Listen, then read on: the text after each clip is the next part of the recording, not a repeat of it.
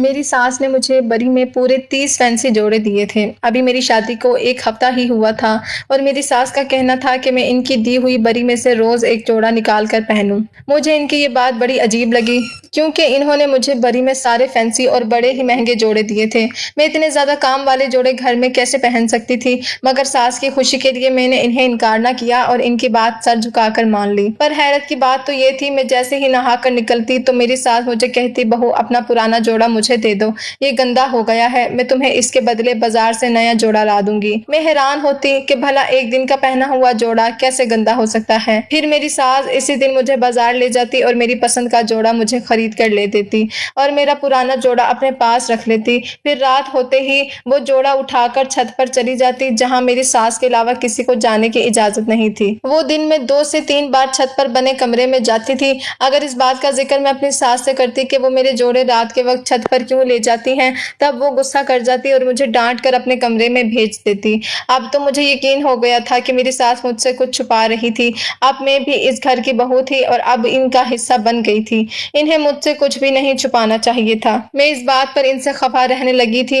फिर एक रोज मेरी सास दोपहर के वक्त सोई हुई थी। मैं चुपकर जल्दी से ऊपर चली गई और जैसे ही मैंने इस कमरे में झांका तो मुझे चक्कर से आ गए क्योंकि वहां तो मेरे सारे जोड़े एक बदसूरत। मेरा नाम राहिला है, मैं कराची के शहर की रहने वाली हूँ। मैं जब पैदा हुई तो मेरे वालिद की खुशी की इंतहा न रही और इन्होंने पूरे मोहल्ले में 3 रोज तक मिठाई बांटी थी। इनकी तो खुशी से पाँव भी जमीन पर न लगते थे। अब आप सोच रहे होंगे कि कोई बेटी की पैदाइश पर भी इतना खुश होता है क्या? हाँ जी, ये बिल्कुल सच है क्योंकि मैं अपने 7 भाइयों के बाद पैदा हुई थी। मैं अपने 7 भाइयों की इकलौती बहन थी। मेरे 7 भाई मुझसे बड़े थे। मेरे वालिदैन को बेटी की बहुत चाहत थी, इसलिए मेरी पैदाइश पर इन्होंने खूब जश्न मनाया और मेरी परवरिश में कोई कमी न छोड़ी। मेरे वालिद ने कराची की एक बहुत बड़ी मार्केट में अपने बर्तनों की दुकान बनाई हुई थी जो अच्छी खासी चलती थी। घर में किसी चीज की कमी न थी। मेरे वालिदैन ने मुझे और मेरे 7 भाइयों को एक अच्छे स्कूल में दाखिल करवाया। मेरे 7 भाइयों को मैट्रिक करवाने के बाद वालिद साहब ने अपने साथ काम में लगा दिया क्योंकि इनका काम दिन ब दिन बढ़ता ही जा रहा था और इनसे अकेले इतना कारोबार संभाला नहीं जा रहा था।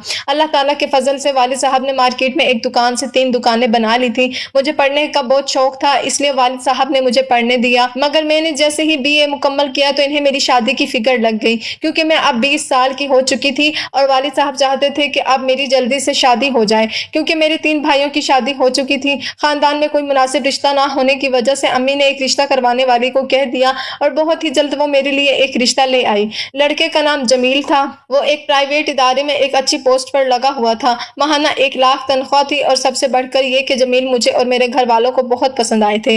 मेरी रजामंदी से मेरे वालिदैन ने इस रिश्ते के लिए हाँ कह दी। 2 माह बाद मेरी और जमील की शादी बड़ी धूमधाम से हो गई थी। मैं दुल्हन बनी जमील के घर आ चुकी थी। जमील को मैंने अपनी सोच से भी ज्यादा बढ़कर पाया था। इनमें वो हर खूबी थी जो एक अच्छे मर्द में होती है। मेरे ससुराल में मेरी सास, मेरा ससुर, 3 देवर और एक नंद रहती थी। ये कुल 7 अफराद थे। मगर ससुराल आकर मैंने एक अजीब बात नोट की थी कि मेरे ससुराल में 7 अफराद थे मगर खाना हमेशा 8 लोगों के लिए पकता था। अभी मेरी शादी को 2-3 दिन हुए थे, इसलिए घर के काम मेरी सास ही करती थी। मेरे ससुर और शोहर जॉब करते थे, इसलिए वो जल्दी जल्दी नाश्ता करके दफ्तर चले जाते थे। शोहर की वजह से मैं भी जल्दी जाग जाती और जब हमारा नाश्ता कमरे में आ जाता तो मैं भी इसके साथ नाश्ता कर लेती। वो नाश्ते के बाद दफ्तर चला जाता और मैं अपने कमरे की सफाई करके बावर्ची खाने में आ जाती थी जहां मेरी सास नाश्ता बना रही होती। मेरे 3 देवर भी छोटे थे और इनमें से 2 स्कूल जाते थे कि इनसे बड़े वाला कॉलेज जाता था, इसलिए सुबह सवेरे वो बहुत शोर मचाते हैं और जब वो तीनों घर से निकल जाते हैं तो घर में बिल्कुल खामोशी छा जाती है क्योंकि अब घर में मेरी सास नंद और मैं ही रह जाती थी। ऐसे में मेरी सास 2 पराठे बनाने की बजाय 3 बना लेती थी जबकि मुझसे नजर बचाकर एक छोटी सी ट्रे सजा लेती थी। मेरी नंद वहीं बावर्ची खाने में नाश्ता कर लेती और फिर स्कूल चली जाती। ऐसे में वो छोटी सी ट्रे देखकर मैं हैरान रह जाती मगर मेरी सास मेरे बावर्ची खाने में होने तक वो ट्रे मुझसे छुपा कर रखती थी। अभी मेरी शादी को 1 हफ्ता हुआ था, इसलिए मैं ये देखकर सोचती थी कि इस घर में 8वां कौन था जिसके लिए मेरी सास ट्रे सजाती थी। मेरी सास ने मुझे बरी में 30 फैंसी जोड़े दिए थे।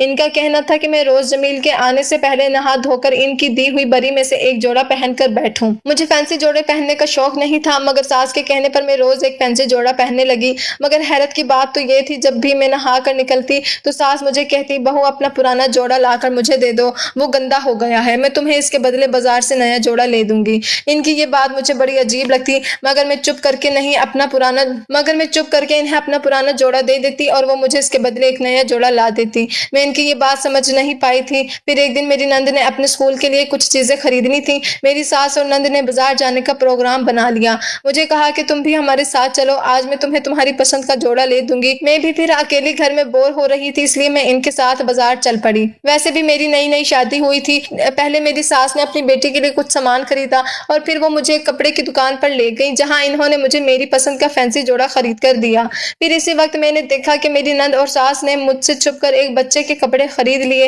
ये देखकर मैं हैरान हुई कि हमारे घर में इतना छोटा बच्चा कौन था। फिर मुझे ख्याल आया कि शायद वो हमारे होने वाले बच्चे के लिए ही कपड़े खरीद रही थी।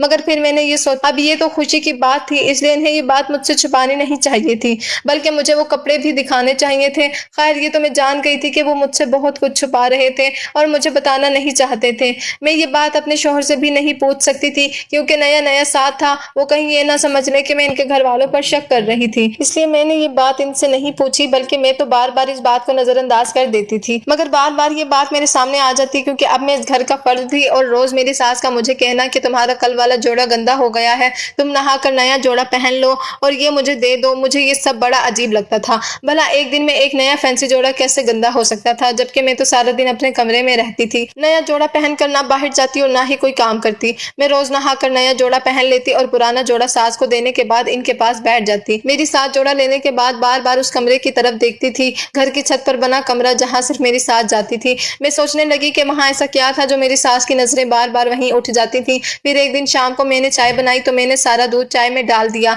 जब हम चाय पी रहे थे तब मेरी सास ने दूध का पूछ लिया और मैंने इसे बताया कि मैंने तो सारा दूध चाय में डाल दिया था। ये सुनकर वो फिक्रमंद हो गई और इसने जल्दी ही मेरे देवर को बाजार से दूध लेने के लिए भेज दिया और इस बेचारे को चाय भी नहीं पीने दी। इस बात ने मुझे हैरान कर दिया था। फिर ऐसी कई बातें होने लगी जिनसे मुझे शक होने लगा। मेरे ससुराल वाले कुछ तो मुझसे छुपा रहे थे। सास का रोज मुझे नया जोड़ा ला कर देना और मेरा पुराना जोड़ा अपने पास रख लेना, ये सब बातें मेरी समझ से बाहर थी। फिर दिन गुजरने के साथ साथ मैं घर के काम करने लगी और अब मुझ पर खाने की जिम्मेदारी भी आ गई थी। इससे पहले घर के सारे काम मेरी सास कर दिया करती थी और शाम के वक्त मेरी नंद इसकी मदद कर दिया करती थी। मगर मैं ऊपर वाली मंजिल के कमरे तक भी कभी नहीं गई थी, क्योंकि मेरी सास इसकी सफाई कर दिया करती थी और वो ये सब इस वक्त करती थी जब मैं अपने कमरे में आ जाती, ताकि मुझे इसके बारे में कुछ पता ना चल सके। मगर कब तक ऐसे चलता? आखिर मैं भी इस घर की बहू थी। ये लोग मुझसे ये राज कब तक छुपा सकते थे? और फिर वही हुआ। एक दिन मैंने दोपहर का खाना पकाया। दोपहर के वक्त मैं और मेरी सास ही होते थे, मगर मैं अपने तीनों देवर और इनका भी खाना पकाती थी, क्योंकि वो आमतौर पर दिन के 2 बजे तक घर आ जाते थे। मगर मैं और मेरी सास 12:30 बजे तक खाना खा लेते थे। इस दिन मेरी तबीयत कुछ ठीक नहीं थी, इसलिए मैंने खाना खाने के बाद अपनी सास को बताया और अपने कमरे में आ गई। तबीयत खराब होने के बावजूद मुझे नींद नहीं आई और मैंने सोचा कि सर दर्द की गोली ले लूं, इस सर दर्द से तो आराम आ जाए। इसलिए मैं अपने कमरे से बाहर निकल आई। अभी मैं बरामदे में ही थी कि मैंने बावर्ची खाने में अपनी सास को एक प्लेट में खाना डालते हुए देखा। ये देखकर मुझे हैरानी हुई, क्योंकि अभी कुछ देर पहले ही हम दोनों सास बहू ने खाना मिलकर खाया था। ये क्या? अचानक मेरी सास को फिर से भूख लग गई, मैंने अपने दिल में सोचा था और इसी वक्त मैं हैरान रह गई जब मेरी सास ने वो प्लेट ट्रे में रख दी और इसे अपने दुपट्टे से ढांप कर बावर्ची खाने से बाहर निकली और सीढ़ियां चढ़कर छत पर जाने लगी। मैं जल्दी से बरामदे के पिलर के पीछे छुप गई ताकि वो मुझे देख न ले और फिर मैंने अपनी सास को इस कमरे में खाना ले जाते देख लिया। अभी मैं वहीं खड़ी थी कि अचानक सास नीचे आई और मेरी बरी के जोड़े जो गंदा गंदा कहकर मुझसे ले लेती थी, वो फैंसी जोड़े उठाकर छत पर ले गई। अब तो मुझे पक्का यकीन हो गया था कि जरूर इस घर में कुछ गड़बड़ है, कुछ तो गलत हो रहा था, क्योंकि मुझसे ये सब छुपाया जा रहा था। कहीं मेरी सास मेरी शादी वाले जोड़ों पर कोई जादू या ताबीज तो नहीं कर रही थी। मेरे दिमाग में बहुत सी बातें आ रही थी। मैं इस घर की बहू थी और अब इस घर का हिस्सा बन गई थी। आखिर छत पर क्या हो रहा था, मुझे इस बारे में बता देना चाहिए था। मुझे ये बात सोचकर अपने ससुराल वालों से नफरत हो गई, मगर मैं नहीं जानती थी कि ये मेरे भले के लिए था। मैंने दिल में इरादा कर लिया कि मैं अब सास को सारा दिन बातों में लगाए रखूंगी और ऊपर जाने नहीं दूंगी। अगले रोज मैंने नया फैंसी जोड़ा पहनने से इनकार कर दिया तो मेरी सास ने मुझे खूब डांटा और कहा कि बहू, इसे हमारे घर की रस्म समझो, अगर तुम्हें यहाँ रहना है तो ये सब करना पड़ेगा। मैं ज्यादा बहस नहीं करना चाहती थी। मुझे डर था कि कहीं मेरे शोहर को बात का पता चल गया और इन्होंने अपनी माँ के कहने पर मुझे छोड़ दिया तो मैं कहाँ जाऊंगी। इसलिए मैंने नहाकर सास का दिया हुआ जोड़ा पहन लिया और अपना उतरा हुआ जोड़ा सास को दे दिया। मगर मैंने प्लान के मुताबिक सास को सारा दिन बातों में लगाए रखा। आज दोपहर को इन्हें ऊपर जाने का मौका ना मिला। मुझे इनके चेहरे से साफ कोई परेशानी महसूस हो रही थी। शाम को मेरे शोहर जमील आए तो मैं मजबूरन सास को छोड़कर अपने कमरे में आ गई, मगर मेरी सास की नजरें कमरे की तरफ थी। रात के 9 बजे फिर इसी तरह मेरी सास एक ट्रे में खाना रखकर मेरा उतरा हुआ जोड़ा लेकर छत पर चली गई। मैं चुप करके इन्हें देखती रही। अब तो इस राज को जानने के लिए मेरे सर पर एक जुनून सवार हो गया था। मैंने सोच लिया था कि एक दिन इस कमरे में जाकर देखना चाहूंगी कि आखिर कौन है और मेरे उतरे हुए फैंसी जोड़ों के साथ क्या किया जा रहा है। और आखिरकार मुझे एक दिन मौका मिल गया। इस दिन जब मेरी सास नहाने के लिए बाथरूम में गई तो मैंने सोचा अभी अच्छा मौका है कि मैं इस कमरे में झांक लूं, इसलिए मैं जल्दी से ऊपर वाली सीढ़ियां चढ़ने लगी। सच तो ये था कि ऐसे करते हुए मेरा दिल धक धक कर रहा था, क्योंकि मुझे डर था कि कोई दरवाजे से अंदर न आ जाए, मगर मैंने पक्का इरादा कर लिया था, इसलिए मैं रुकी नहीं और इस बंद कमरे के सामने पहुंच गई। और जैसे ही मैंने इसमें झांका तो आगे का मंजर देखकर मुझे चक्कर आ गए और मैं गिरकर बेहोश हो गई, क्योंकि वो तो एक बलानुमा चीज थी जो मेरे सामने बिस्तर पर लेटी हुई थी और मेरे सारे कपड़े सामने एक हैंगर पर लटके हुए थे। इसका चेहरा इतना अजीबोगरीब था कि मैं इसे देखते ही बेहोश हो गई। मेरी आंख खुली तो मैंने देखा कि मैं बिस्तर पर लेटी हुई थी और अब सब घर वाले ही मेरे इर्द गिर्द बैठे हुए थे। मैंने देखा कि सब बहुत परेशान थे। मुझे होश में देखकर मेरी सास कहने लगी, शुक्र है राहिला तुम होश में आ गई, वरना मैं तो तुम्हें ऊपर वाले कमरे के सामने बेहोश देखकर डर गई थी। ये सुनते ही मुझे वो मंजर दोबारा याद आ गया जब मैंने इस कमरे में झांका था, इसलिए मैंने घबरा कर अपनी सास से पूछा ऊपर वाले कमरे में कौन था और वहां मेरे सारे फैंसी जोड़े क्यों लटकाए हुए थे। ये सुनकर मेरी सास कुछ देर के लिए खामोश रही और फिर कहने लगी, ये बात मैंने इसलिए छुपाई थी क्योंकि मुझे पता था तुम भी बाकी लोगों की तरह इससे डर जाओगी, मगर तुम खुद ही इस तक पहुंच गई। ये कहकर मेरी सास ने मुझे एक नजर देखा और कहने लगी, वो मेरी बेटी है जो कि इस वक्त 18 साल की हो चुकी है, मगर इसका वजूद एक छोटी बच्ची की तरह है। दरअसल मेरे 4 बेटे और एक बेटी थी और मुझसे मजीद बच्चे पैदा करने की ताकत नहीं थी, और ये बात इस वक्त मुझे डॉक्टरों ने कह दी थी। मेरी बेटी पैदा हुई, मगर मैं चाहती थी कि मेरी एक और बेटी भी पैदा हो, इसलिए मैं एक बार फिर उम्मीद से हो गई और मैंने ये बात सबसे छुपा ली। मगर ये बात अपने शौहर से कैसे छुपा सकती थी, इसलिए फिर जब मेरे शौहर को इस बात का पता चला तो वो मुझसे बहुत खफा हुए और इसने मुझे कहा कि इसे जाया करवा दो, क्योंकि डॉक्टर ने तुम्हें मना किया था, अब तुम्हारी सेहत इस काबिल नहीं कि तुम बच्चा पैदा करो।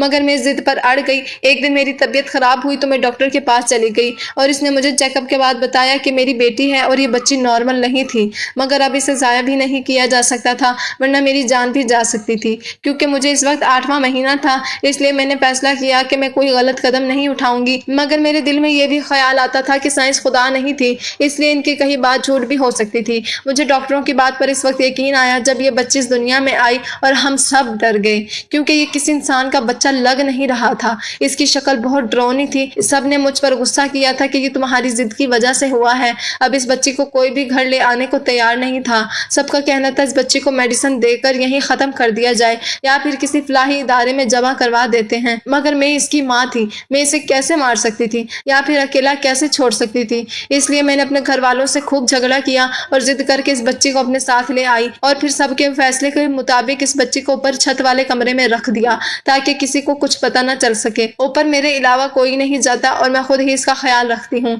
क्योंकि इसके बहन भाई भी तुम्हारी तरह इसे देखकर डर जाते थे, मगर मेरी तो ये औलाद थी और मैंने इसे जन्म दिया था, इसलिए मुझे इसका ख्याल रखना था। तुम्हारी शादी से कुछ दिन पहले मैंने इसे तुम्हारी बरी दिखाई थी, तब मेरी बेटी जिद पर अड़ गई थी कि मुझे भी ऐसे जोड़े चाहिए। वो कहती थी कि आप मुझे ये जोड़े दे दें और अपनी बहू के लिए नए जोड़े बनवा लें, मगर इस वक्त मेरे पास इतना वक्त न था, क्योंकि शादी को 2 दिन रह गए थे। तब मैंने इससे वादा किया था कि शादी के बाद एक एक करके यही सब जोड़े मैं ऊपर आकर तुम्हें दे जाऊंगी। शादी के बाद मैं तुमसे कैसे ये जोड़े मांग सकती थी, क्योंकि तुमने अभी तक कोई जोड़ा पहना ही नहीं था। बहुत सोचने के बाद मेरे दिमाग में यही तरकीब आई कि मैं तुम्हें रोज एक नया जोड़ा पहनने को कहूँ और अगले रोज तुमसे किसी भी बहाने से वो जोड़ा लेकर अपनी बेटी को दे दूं और तुम्हें बाजार से नया जोड़ा ला दूं।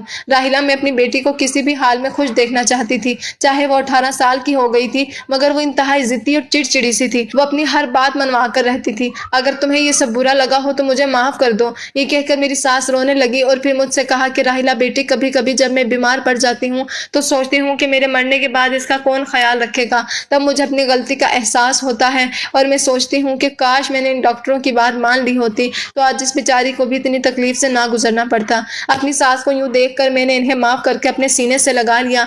आखिर में बस इतना ही कहूंगी कि दोस्तों, इंसान अपनी जिंदगी में कभी कभार ऐसी गलती भी कर लेता है जिसका खमियाजा इसे उम्र भर भुगतना पड़ता है। कभी कभी बहुत ज्यादा लालच भी हमें बहुत तकलीफ देती है, इसलिए खुदा से बहुत ज्यादा मांगने की बजाय अपनी बेहतरी ही मांगनी चाहिए। अगर आपको हमारी ये वीडियो अच्छी लगी हो तो इसे लाइक करें, शेयर करें और मजीद अच्छी वीडियोस देखने के लिए हमारा चैनल सब्सक्राइब करें।